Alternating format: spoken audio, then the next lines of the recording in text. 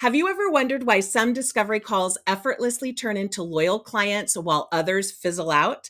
What's the secret to making every call a stepping stone to success? Well, stick around because my guest is sharing all about it. Welcome back. If you're new here, I'm Jen Vasquez. I help hyper busy female service providers use Pinterest to book more clients and increase their income and impact.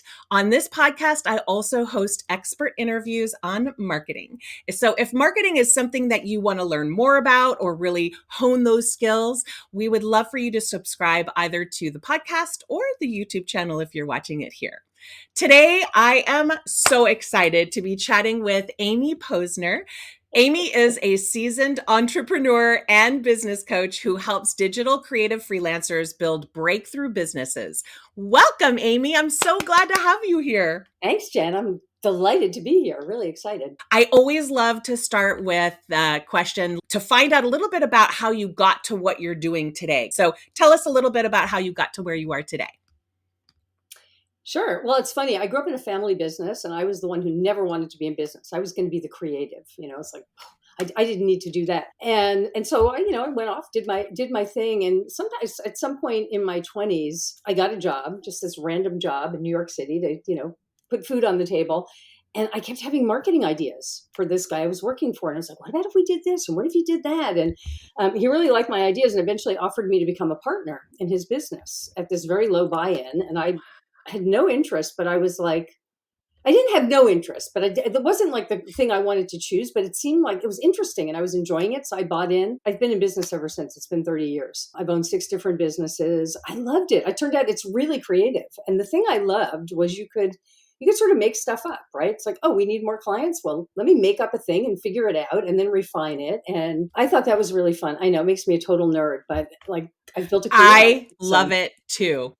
I'm with you on that. Yeah, it's interesting, right? It's fun. I'm just going to dive right into it because I know everyone who saw Discovery Call on the title is going to want to dive right into it. What is the biggest misconception that people have about Discovery Calls? It'll really surprise you, I think. The biggest misconception is people think they're selling. You're not. The Discovery Call is not, I intentionally don't call it a sales call, because it's not about selling. I think selling is the thing that makes people really uptight because we think selling is about convincing somebody to do something that they may or may not want to do. And it's not about that. The Discovery Call is really about fit. It's simply about, I've got something I offer. You've got something you need. We're just going to get together and see if it's a fit. Like, do I get you? Am I the right person to work with? Do I have the expertise you need? And there's a process for taking people through that's really simple. And the other thing that I see is that people perceive that the person they're talking to is an adversary, right? It's like we're not equals. It's like you're the boss, if you will. I'm doing air quotes here, and you get to decide. And so it's almost like it's performative. Like I'm showing up like it's a job interview. It's not a job interview. It's 2 business professionals determining if they're going to work together, if they've got a fit. And so I think the biggest misconception is that you're there to convince somebody of something, and you're not. You're simply there to have a conversation. That would take so much stress off people who have to this point tried to avoid them. And I value Discovery Calls because for me, they help to weed out people that are not my ideal client. And yet I'm still lending some really good information to that person, helping them out. I've had people I've had a Discovery Call. We decided not to work together, but they referred 2 clients to me. So you're right. It is not adversarial and it is not like pick and choosing kind of what's going on. It's really to see if it's a good fit for both people. 100%. And I've always been a big fan of this idea of delivering value before money changes hands, right? Like, so you show up to the call, it's sort of a little bit of an expert consult. Like, don't think of it as, like you're being tested or interviewed. It's more like you're going to show up and like, they've got a problem. You've got a solution. So let's talk a little bit about that solution and how I would implement it for you. And there's like a thing too, there's a connect when you, as the prospective client, get that I get you, right? Like Yes.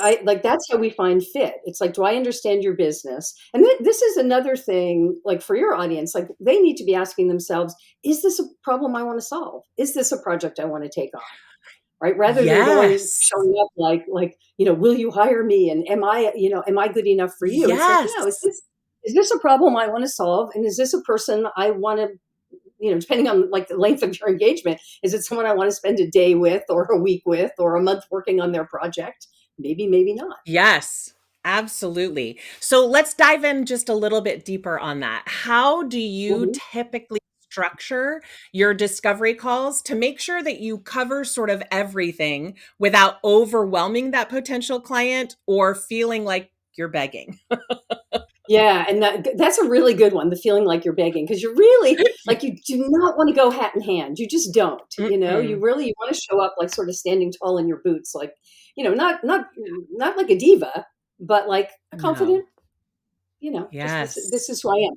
I have a seven-step roadmap, and I literally and I can offer it to your audience. It's a PDF, and I have people who literally, like, have been making sales calls for years or discovery calls, and they're like, "I have this thing out on my desk. I follow the 7 steps. I've been doing it for years."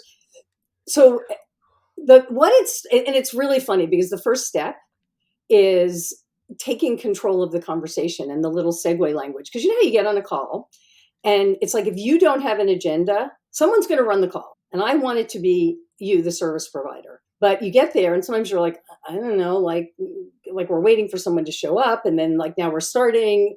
And there's always small talk, right? Like the weather, whatever you're Yes. talking about. It's really, really important that you're the one who segues off of that. So like, Jen, great, Mm. we're chatting. And I say, okay, listen, I want to respect your time.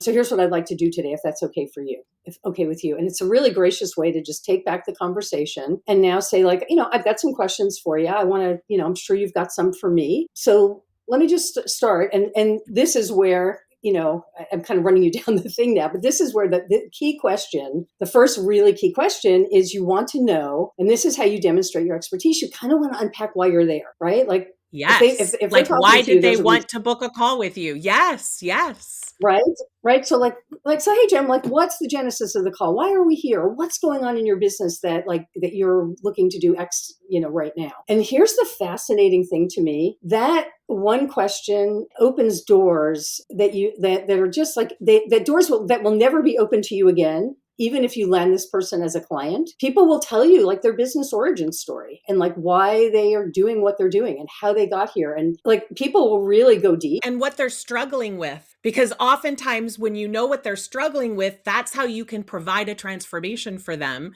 If you don't know what they're struggling with, sometimes you can't help. Right. And then it's just a project, right? It's not like trying to solve their problem. Then it becomes more Yes. transactional. And here, what we're trying to do is like have a little bit of a console. I don't want to just say to you, like, yes, you can buy X and it costs Y and like, let's sign the thing. I mean, sometimes that's appropriate, right? Sometimes that's exactly But what's you needed. follow But more the yeah, often, you did depends on the person on the other end of the call. But yes. right, and how much they're revealing to you when you ask those questions. And so really that's what it is. It's just like you're like, on a date having coffee or something. You ask questions. So, tell me a little bit more about that. And like you're really just trying to get to know them, but them slash their business, right? Right, because you're not asking the personal questions you might be asking, but you're asking, are asking probing questions about their business. And that's how they start to feel seen by you, and that's how you get to demonstrate your expertise, because you talk about, well, hey, we could solve it this way, or I've done this kind of thing before, and suddenly like they're leaning in like, oh, you get me, Yes. like relief, like, oh, there might be a solution in my future, oh my gosh, yeah, that kind of thing. And then how would you, because I have had this happen a lot. I run a Pinterest management type of business. Mhm. And oftentimes people know because they've heard from everyone else that they need Pinterest, but they don't really know like how it helps or something. So how do you read between the lines when a client might not know exactly what they need or why they need you? It's such a great question because I bet, and I'd love to know your experience. I find more often than not people don't really know what they need. right? No, They've almost heard never. about something, right? Right? I mean, it's like Yes. surprisingly, right? It's like people show up and You're on a they call. think, Yeah, it's a surprise. Yes. right. And it's like, and it's so funny because as a service provider, I think like in the early part of your career, you don't want to ask a lot of questions because you feel like, oh, I'm supposed to know that. Right. And like, if I ask questions, I look like I'm not knowledgeable. And later on, you realize like you have to ask me every question, including the most basic questions. And that's how you really, sort of unpack what they need. But they often come in and they don't know, but they have an idea because they're smart, they're marketers, they're moving around in the world and they're seeing things in the wild and they're like, that could work for me. Or someone's told them, hey, you ought to have an X, right? And so they call the X provider and now they're in conversation with you. But consider what they're always looking for as an outcome, right? No one's looking for the service you provide in itself. They're looking No. for it for a reason, right? Usually like because they're growing or changing or scaling or something is happening in their business. And so that's kind of where you want to dig around. Like, so, and that's why I asked that, like, what's the genesis of this call? Like, why are we talking now? Oh, well, Yeah. we need more leads, or we need better visuals. We need, we've outgrown our brand. Okay. And that doesn't mean they're not the brand expert. They don't know how to solve that brand problem. That's why they're in conversation with you, but they don't want to show up saying, well, I don't know anything, but I look stupid, or my site doesn't look good. Sometimes they will, but more. So really, I feel like our job is to then unpack a little bit. So like, what outcome are you looking for? Like, what would be an ideal outcome of this project for you? Or what would be a great result? And then you can sort of backtrack from there, reverse engineer what you could create that could get them the result they want. And it's funny because I think often too, we think like we're doing them a service if we say yes and, oh yeah, I can do that.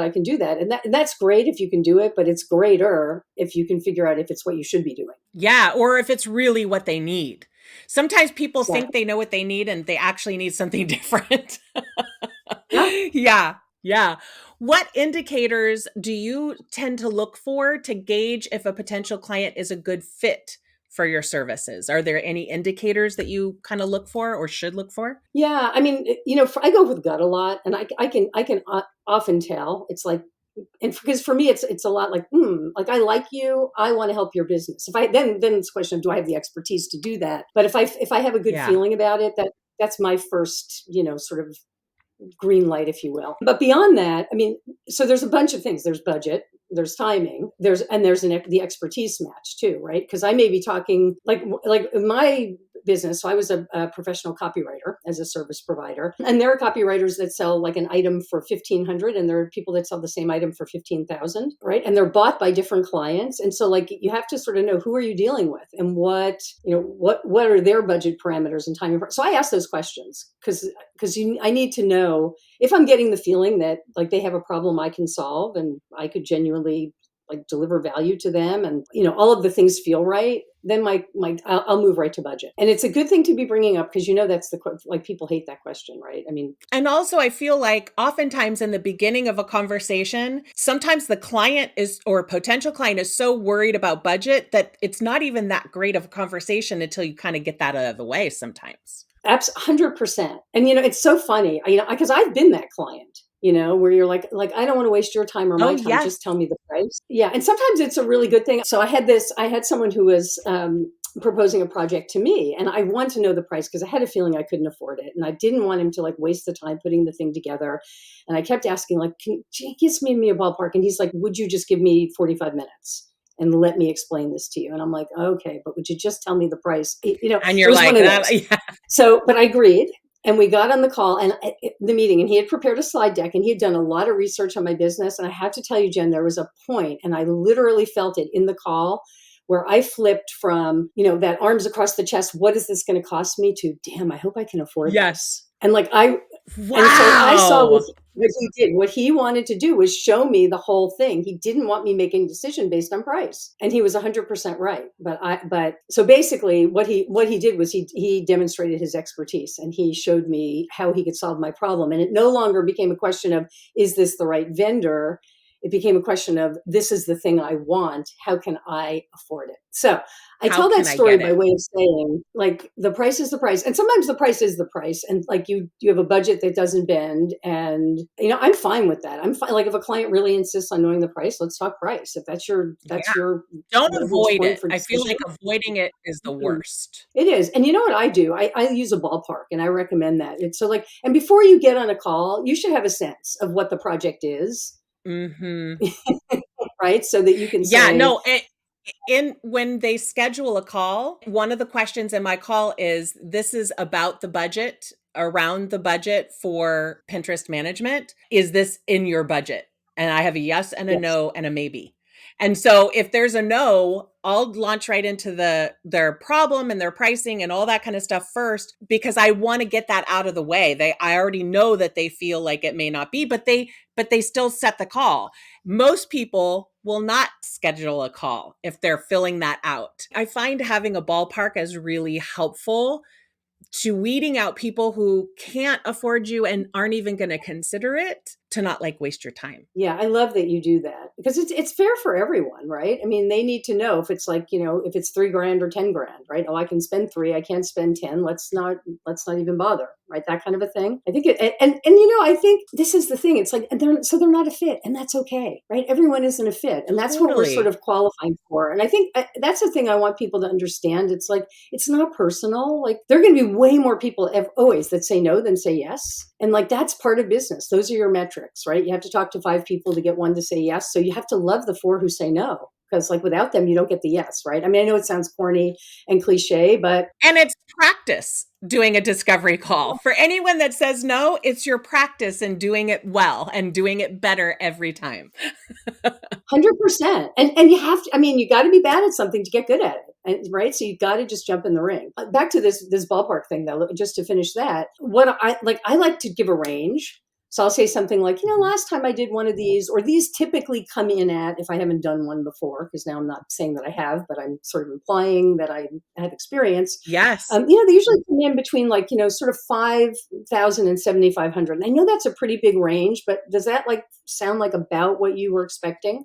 And then the hardest Mhm. thing, and this, is like you have to zip it. You just have to, you can't, it's so tempting to like start talking and qualifying. You just have to let them respond, like yes or no. It's in my budget or it isn't. Silence is that they're uncomfortable. And in this case, it's like you just have to go like, okay, I'm gonna be uncomfortable.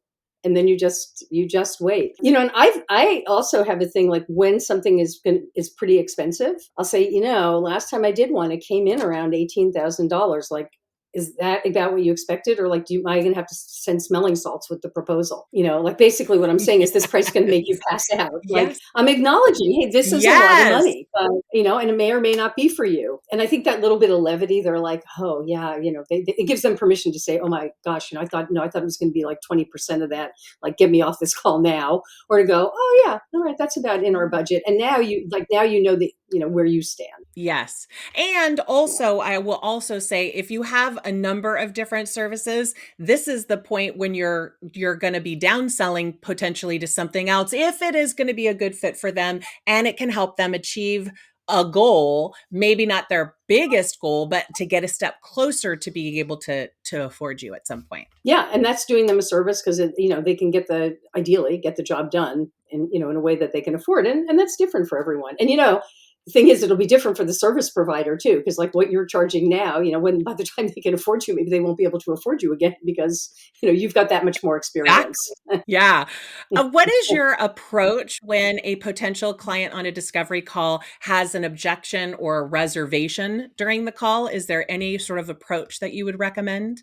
I think of those as like just discussion points. I mean, I would expect them to have some objections or questions or, just like pushing back on how something works because they don't understand it. And so I just see those as discussion points, really. Like, unless there's some like really hard objection, like that I think is unreasonable or doesn't make sense. Like, I might explain it to them in the context of my work, or it might be a deal breaker. It might be like, Yeah. we're not connecting here. It's just not a fit. Yeah, and it's okay.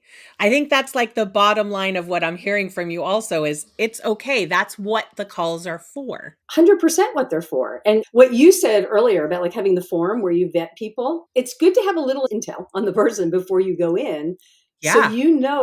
you know what you're dealing with, and you already know which pieces you're looking for, right? Because and you have it, so because you have a sense, like you said, well, they're booking the call and they're a maybe, so that means they need to understand how this works, perhaps, right? And so I think Exactly. you have the typical objections that you like. If you practice these calls, you will get to know, because the same things come up over and over. I think the thing is to just not see that as an obstacle, to see that as like natural curiosity and trying to understand, like, Conversation. right, how do you work? Who are you? How do I work with you? It's an inquiry. It's not an objection per se. An objection is like sounds like something's wrong, right? Yeah. I just like to reframe that a What little. what steps do you take immediately after a discovery call to sort of ensure that that potential client remembers you and feels valued and Great question. potentially can refer you to someone else? Yes. I like to end these calls. So usually if we think there's a fit, right, and we're going to move forward, there's usually something now that's going to happen. There's a next step. And so I like to talk about that before we get off. Like I'd like to have a next call book, if because what's going to happen, like in my case, will be like, you're going to send me your messaging guide and I'm going to look that over and I'm going to send you a thing I did for X client so you can see how that turned out. And then how about if we reconvene in a week? Does that sound good? Okay, that would be X date. And I'll book it there. It's tedious, but now I've got to, call on the books with them. And then what I'll say to them is, and I'll be very specific. Like I'll be like, oh, it's 10 o'clock my time. I'm going to be free at about 2 o'clock. I'm going to send you an email with the XYZ that I promised, a link for that meeting on the 7th, and blah, blah, XYZ, whatever I've promised. And then I do it at 2 o'clock, or when ideally I would do it right after the call, because I want people to feel really well taken care of, and that and like show them that I'm really interested and I want to win their business. But I just do that, and I'm very efficient about it, and I'm very reliable, and I'm trying to demonstrate that if you work with me, you can count on me. Right? I do what I say I'm going to do. I'm fast. I'm efficient. I care about you. And then in that follow up, this is the key piece: is to tell them why you're excited about working with them or why you're excited about the project. Oh, Jen, I'm so excited that you're like actually redoing your branding. And I can see that, we could come in and like really achieve X result, the thing that you're really doing this for. Here's the thing I promised. See you on the 7th. That's all. Yeah, and I will also say too that I think it's really important on a discovery call, if you do actually want to work with them, but they're going to think about it, because some people do want to get off and have a night's sleep on it and or talk to somebody about it. Like that's totally normal. We're not trying to avoid their processing, because you don't want them to buy and then feel remorse, right? So I always say at the end of a discovery call, look, I totally get that you want to take some time and think about it. I think that's a smart business decision. One thing I just want to let you know is I would really love to work with you. And here's what I think I can do for your company. Because I find just that little bit gives them a little bit more confidence. Like tell them you want to work with them if you want to work with them. Don't just let them get off call to think about it. And then I'll follow up with an email that said, I really enjoyed our conversation. I love learning XYZ, a couple things that happened during the conversation. And once again, I just want to say I'm really excited at the opportunity to work with you. And here's the proposal. Like, make sure that you're telling them that you're excited. Don't, try to keep cool and calm. Like, tell them if you're excited.